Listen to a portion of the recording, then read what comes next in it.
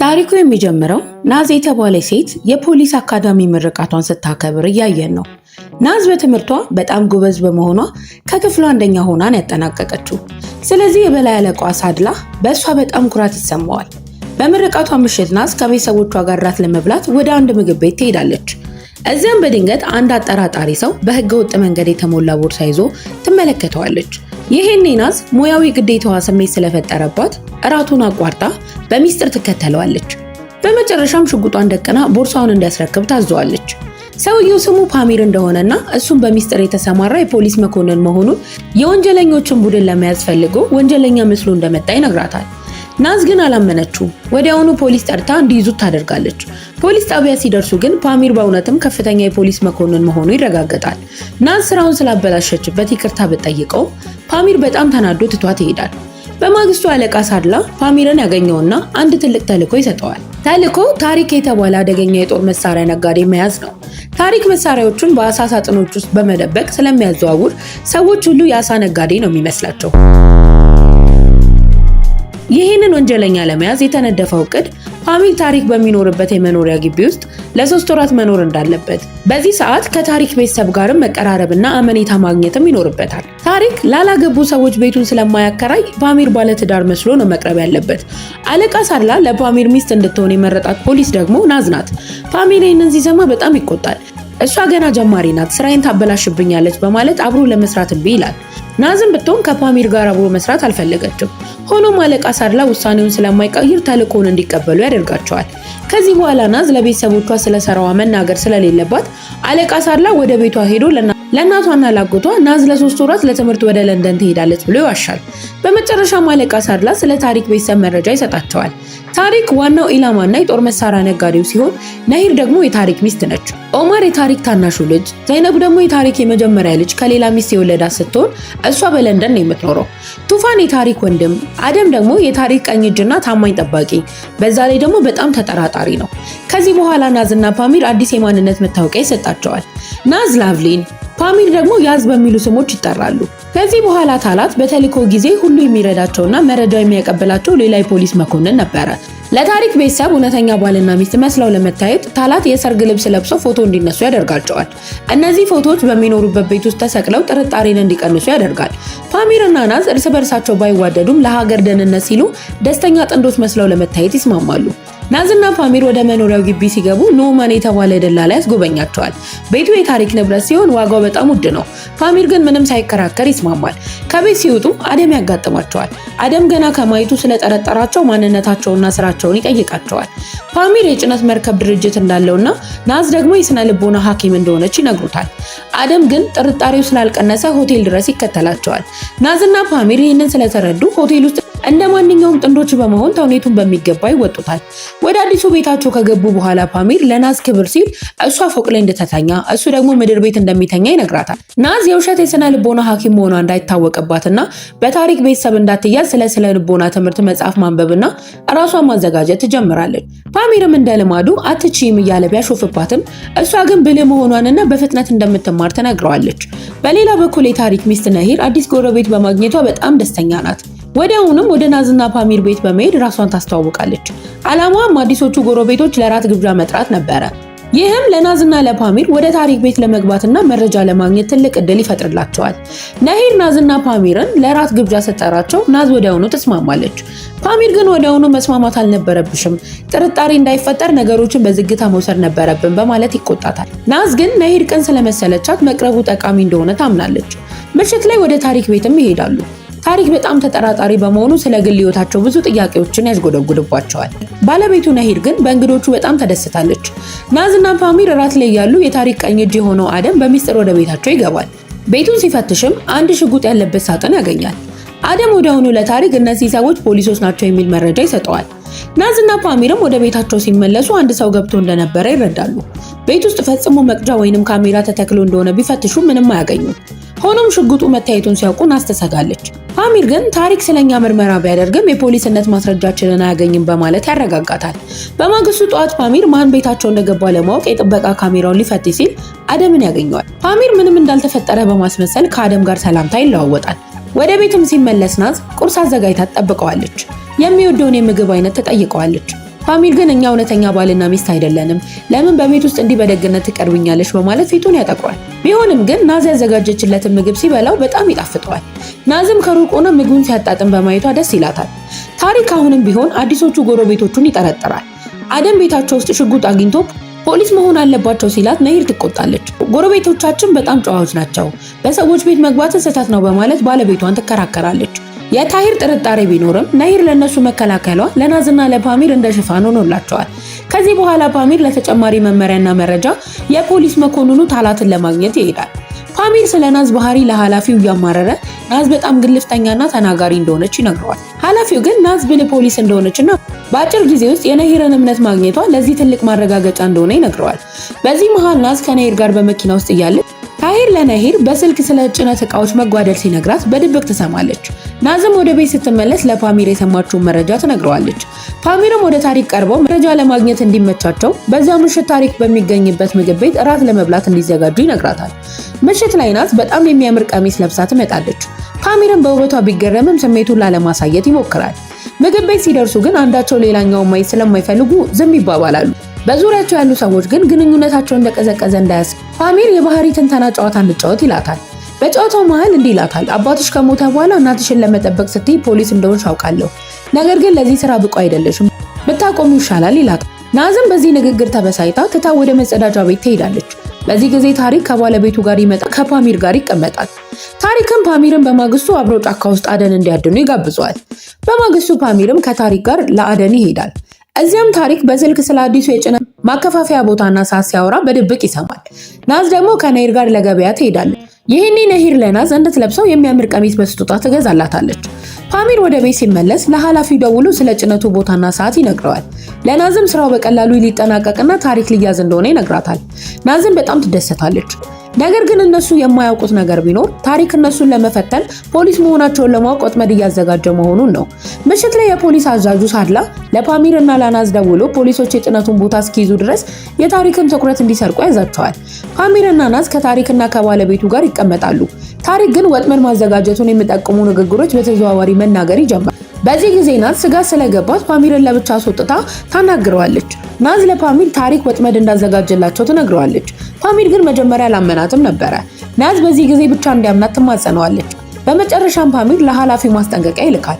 ሳድላ መልእክቱን እንዳየው ወታደሮቹ በአስቸኳይ ከአካባቢው እንዲወጡ ያዛል። በዚህም ታሪክ ማንነታቸውን ሳያውቅ በመጨረሻው ሰዓት ያመልጣሉ። በዚህ ጊዜ አደም ለታሪክ መልእክት ይልካል። ማንም ሰው መጋዘኑን ሊፈትሽ እንዳልመጣ ይነግረዋል። ስለዚህ ታሪክ ፓሚርና ናዝ ፖሊሶች አይደሉም ብሎ በማመን ይረጋጋል።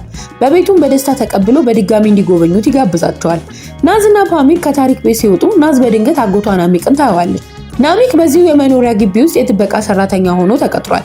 ናዝ አጎቷ እንዳያት በመስጋት ስልኬን ረሳው በሚል ሰበብ በፍጥነት ወደ ታሪክ ቤት ትመለሳለች። አጎቷ መሄዱን ካረጋገጠች በኋላ ከፓሚር ጋር ወደ ቤታቸው ይሄዳሉ። ቤት ሲደርሱ ፓሚር ከናዝ ጋር መጣላት ይጀምራል። እሷና አጎቷ ደነዞች እንደሆኑ ስራውን ሊያበላሹ እንደሆነ በመናገር ይከሳታል። ናዝ ግን በአክብሮት እንዲያናግራት ትጠይቀዋለች። አጎቷ እዛ እንደሚሰራ ፈጽሞ እንደማታውቅም ትምላለች። ይሄ ከመመረቋ በኋላ የመጀመሪያ ስራዋ መሆኑንና ሁልጊዜ አሉታዊ ንግግር እየተናገረ ተስፋ እንዳያስቆርጣት ትነግረዋለች። በማግስቱ ናዝና ፓሚር ከሳድላ ጋር ይገናኛሉ። ፓሚር ናሚቅ እዚያ መስራቱን ስራቸውን ያበላሻል በሚል አሁንም ተበሳይቷል። ከናዝ ጋር መስራት እንደማይፈልግና እሷ ችግር ብቻ እንደምታመጣ ይናገራል። ናዝ ግን የታሪክን ወጥመድ ደርሳበት ስራውን ያዳነችው እሷ መሆኗን ታስታውሰዋለች። ሳድላም ናሚቅን ከስራው ለማባረር የሚያስችል ዘዴ ለመቀየስ ይስማማል።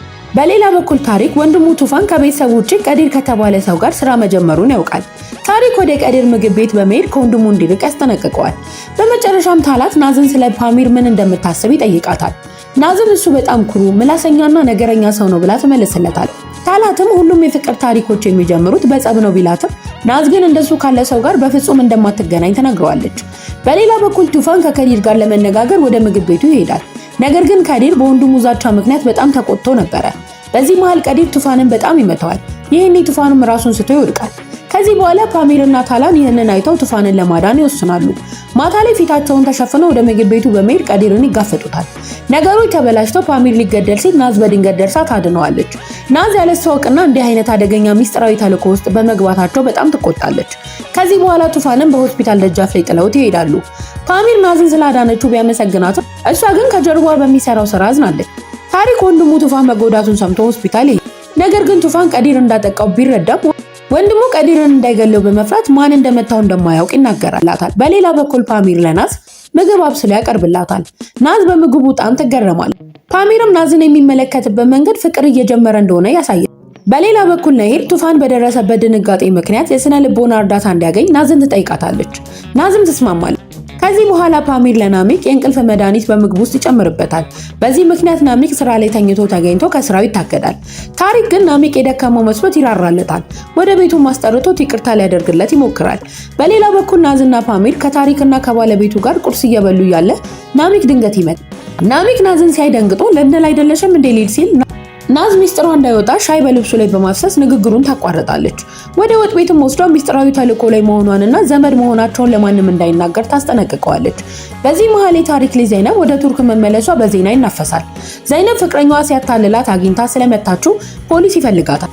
ታሪክ ይህንን የልጁን ጉድ በዜና ሲሰማ በድንጋጤ ራሱን ስቶ ወደ ሆስፒታል ይወሰዳል። ይህ አጋጣሚ ለናዝና ለፓሚር ትልቅ እድል ይፈጥርላቸዋል።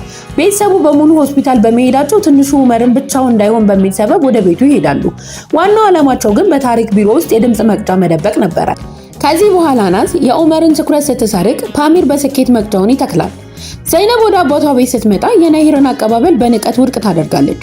ወደ አባቷ ቢሮ ገብታም ስትነጋገር ነው ናዝና ፓሚር በመቅጃው አማካኝነት ሁሉንም ነገር ይሰማሉ። ታሪክ ልጁን ስለ ባህሪዋ ሲወቅሳት፣ ዘይነብ ግን ላለችበት መጥፎ ህይወት ተጠያቂው እሱ እንደሆነ ትነግረዋለች። እናቷን ከነሂር ጋር በመማገጥ እንደከዳትና ለደረሰባት ስቃይ ሁሉ እሱ ምክንያት መሆኑን በቁጭት ትገልጻለች። ታሪክም በነሂር ላይ መጥፎ ቃል እንዳትናገርና በአክብሮት እንድታወራ በማዘዝ ይቆጣታል። ምሽት ላይ ፓሚር በልጅነቱ በደረሰበት መጥፎ ትዝታ ምክንያት በህልሙ ደንግጦ ይነቃል። ናዝ ልታረጋጋው ብትሞክርም ፓሚር ግን ለብቻው መሆን እንደሚፈልግ ነግሮ ከአፓርታማው ይወጣል። ናዝ ግን ስለተጨነቀች በሩቅ ትከተለዋል። በዚህ መሃል መንገድ ላይ አንዳንድ ዱርዬዎች ናዝን ሊያስቸግሯት ሲሉ ፓሚር ደርሶ ይደበድባቸዋል። ፓሚር ለምን እንደተከተለችው ሲጠይቃትም ስለሱ ስለተጨነቀች እንደሆነ ትነግረዋለች። ይህ አጋጣሚ በመካከላቸው ያለውን መቀራረብ ይበልጥ ያጠነክረዋል። በሚቀጥለው ቀን ናዝና ፓሚር አበባ ይዘው ታሪክን ለመጠየቅ ይሄዳሉ። እዚያም የታሪክ ልጅ ዘይነብን ያገኟታል። ዘይነብ ፓሚርን ባየችው ጊዜ ሚስት እንዳለው ያወቀች አይን ባወጣ መልኩ ታሽኮረመመዋለች። ወደ ቤታቸው ሲመለሱ ናዝ በዘይነብ አነጋገር እየቀለደች ትመልሳል። ይሄኔ ፓሚር እየቀናሽብኝ ነው ብሎ ሲጠይቃት ናዝ ግን ተጨንቃ በፍጹም ብላ ትኬዳለች። በሌላ በኩል ናዝ ለነሂር ክሊኒክ ውስጥ ስራ በዝቶብኛል የሚል ውሸት ስለተናገረ ውሸቷ እንዳይነቃ ቀኑን ሙሉ በሐሰተኛ የስነ ልቦና ክሊኒካ ውስጥ ለመዋል ትሄዳለች። ነገር ግን ያልጠበቀችው ነገር ይፈጠራል። ታሪክ እርዳታ ፍለጋ ወደ ክሊኒኳ መጥቶ ከድንጋጤ ለመፈወስ የናዝን እርዳታ እንደሚፈልግ፣ ይህንን የሕክምና ሂደት ሚስጥር እንደሆነና ባለቤቱ ነሂር እንዳታውቅ ይነግራል።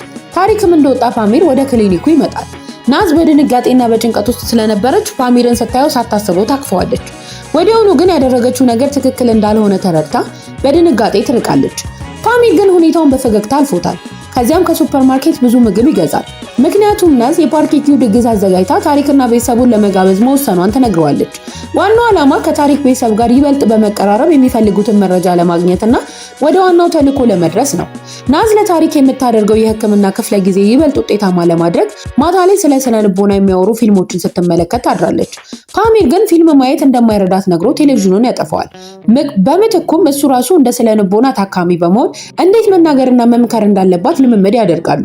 በሚቀጥለው ቀን ታሪክና ቤተሰቡ ለድግሱ ይመጣሉ። ናዝ ከኩሽና ወጥታ ስታይ ዘይነብ ከፓሚር ጋር ተቀራርባ ስታወራ ትመለከታለች። በዚህ ጊዜ ናዝ በቅናት ፓሚርን ወደ ኩሽና ጠርታ ትቆጣዋለች። ዘይነብ ስነ ምግባር የሌላት ሴት መሆኗን እያወቀ ለምን እንደሚያወራት ትጠይቀዋለች። ጋብቻችን የውሸት ቢሆን እንኳን በሰው ፊት ልታከብረኝ ይገባል ትለዋለች። ፓሚር ግን ናዝ በእውነት እየቀናት መሆኑን ተረድቶ በውስጡ ይደሰታል። ከዚህ በኋላ ሳይታሰብ ዘይነብ የናዝን ስልክ በስህተት ታነሳለች። በዚሁ ቅስፈት የናዝ እናት አይኑር በቪዲዮ ትደውላለች። ዘይነብ ጥሪውን አንስታ የልጅሽ ጓደኛ ነኝ ትላታለች። ከዚያም ስልኩን ለፓሚር ሰጥታ አማተ ልታናግረ ትፈልጋለች ትለዋለች።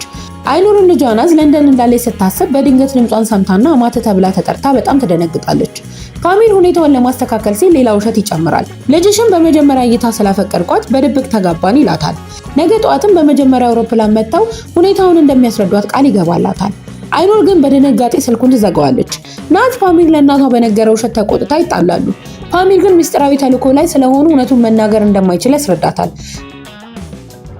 በዚህ መሃል ናሚክ መጥቶ አይኑር በጣም ደንግጣ ራሷን መኝታ ቤት ውስጥ እንደዘጋች ይነግራታል። ናሚክ ግን አይኑርን ለማረጋጋት ሲል ናዝ ጥሩ ሰው መርጣ እንደምታገባ እርግጠኛ ነኝ በማለት ሊያዝናናት ይሞክራል። ናዝ በእናቷ ሁኔታ በጣም ስላዘነች ፓሚር ነገሩን እንደሚያስተካክል ቃል ይገባላታል።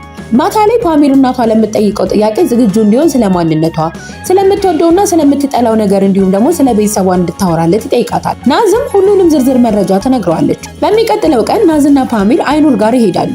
አይኑር ልጇን በመቀየም እቅፏን ትከለክላታለች። የት ነው የተዋወቃችሁት ብላ ስትጠይቀው ፓሚር በለንደን ሙዚቃ ኮንሰርት ላይ ተገናኝተው በመጀመሪያ እይታ እንደተፋቀሩና ወዲያው እንደተጋቡ ይነግራታል። አይኑር ግን በዚህ እንደማትረካና ወግና ባህሉ በሚፈቅደው መሰረት ቤተሰቦችን ይዘህ መጥተህ ልጄን በይፋ መለመን አለብህ ትለዋለች። ፓሚርም ለጥያቄው ስነ ስርዓት እንዲረዳው ለታላይ ይደውልለታል። ታላይ ፓሚር ታላቅ ወንድም እንዲሆን፣ ፖሊሷ ቺቼክ ደግሞ የታላቅ ሚስት ሆና እንድትቀርብ ይታቀዳል። ፓሚር ለልመናው ስነ ስርዓት ለመዘጋጀት ሲሄድ ናዝ እናቷን ለመታረቅ ትሞክራለች።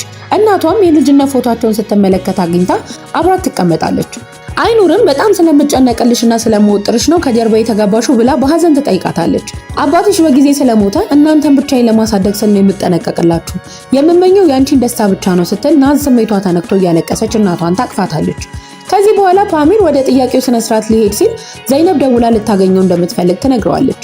እሱ ግን ስራ እንዳለበት ነግሮ ስልኩን ይዘጋባታል። ማታ ላይ ፓሚር፣ ታላትና ቺቼክ ወደ አይኑር ቤት ይሄዳሉ። ፓሚር ወላጆቹ ቀደም ብለው እንደሞቱ በመግለጽ ታላቅ ወንድሙና ሚስቱን ያስተዋውቃል። ሆኖም ፓሚር ያልጠበቀው ነገር ይፈጠራል። አይኑር መላው ቤተሰቧን ለዚህ ምሽት ድግስ ጋብዛለች። ፓሚር ነገሩ እየተወሳሰበ በመምጣቱ በጣም ይጨነቃል። የፓሚር የውሸት ቤተሰቦች ታላና ቺቼክ ናዝን በይፋ ለመለመን አይኑር ቤት ይገኛሉ። አይኑርም በደስታ ተስማምታ ሁሉም አብረው ፎቶ ይነሳሉ። በዚያው ምሽት ፓሚር ወደ ቤቱ ሲመለስ ብቸኝነት ይሰማዋል። ናዝ ስትደውልለትም ቤቱ ያላንቺ ባዶ ሆኖብኛል የሚል የፍቅር ቃላት በስህተት ይነግራታል። ናዝ በዚህ ብትደሰትም ፓሚር ግን አፍሮ ስልኩን ይዘጋባታል። በሚቀጥለው ቀን አይኑር ለልጇ የቤት እቃዎችን ለመግዛት ስለምትፈልግ ፓሚር እንዲያገኛት ታደርጋለች። ፓሚር በአይኑር እንግዳ ጥያቄዎች ቢበሳጭም ሚስጥራቸው እንዳይጋለጥ ሲል ሁሉንም ይስማማል። በዚህ መሃል ዘይነብ ፓሚርን አግኝታ ከአባቷ እንዲርቅ ታስጠነቅቀዋለች።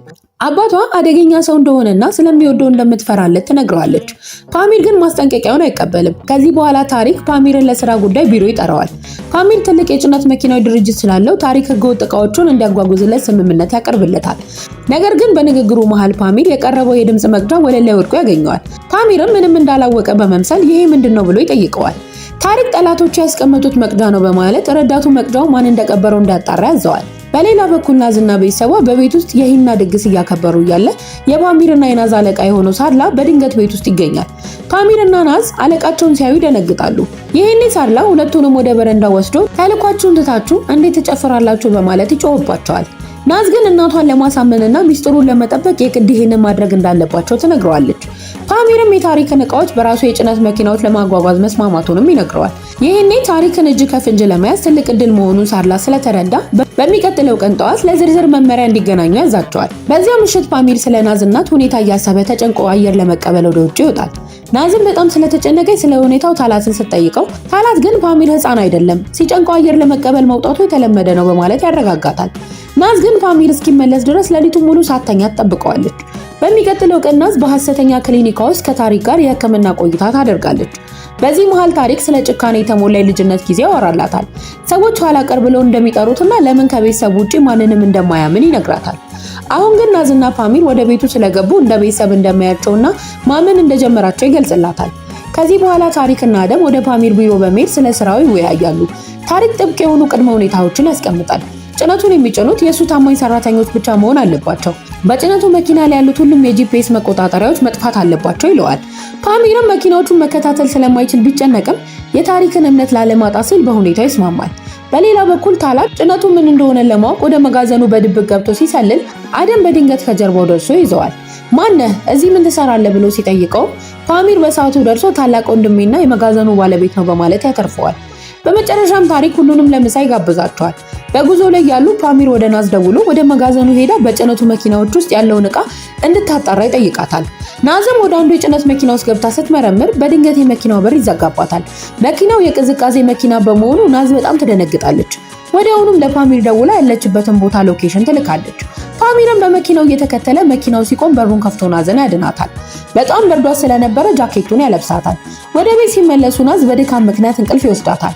ሆኖም ማታ ላይ በትኩሳት ትሰቃያለች። ፓሚርም ተጨንቆ ገላዋን በቀዝቃዛ ውሃ እንድትታጠብ ያደርጋል። ናዝም በህመም ምክንያት እየቃዠች እፈራለሁ ስትል ፓሚር አቅፎ በፍጹም አልተውሽም በማለት ያረጋጋታል። በማግስቱ ጠዋት ናዝ ስትነቃ ፓሚር አጠገቧ ተኝቶ ታገኘዋለች። ከዚህ በኋላ ናዝና ፓሚር ከእናቷ ከአይኑር ጋር ለምሳ ይገናኛሉ። አይኑር ለልጇ ትልቅ ሰርግ ለማድረግ እንደምትፈልግ ትናገራለች። ታላት ግን ቀድሞውኑ ተጋብተዋል፣ ለምን ትንሽ ሰርግ አናደርግም ቢልም አይኑር ግን ዘመድ አዝማድ እንዲታደም ትልቅ ሰርግ መደረግ አለበት ትላለች። ፓሚር በዚህ የሰርግ ወሬ ተበሳይቶ ከናዝ ጋር ስለተጣላ ከቤት ሲወጣ ዘይነብ ደጃፍ ላይ ስትጠብቀው ያገኛታል።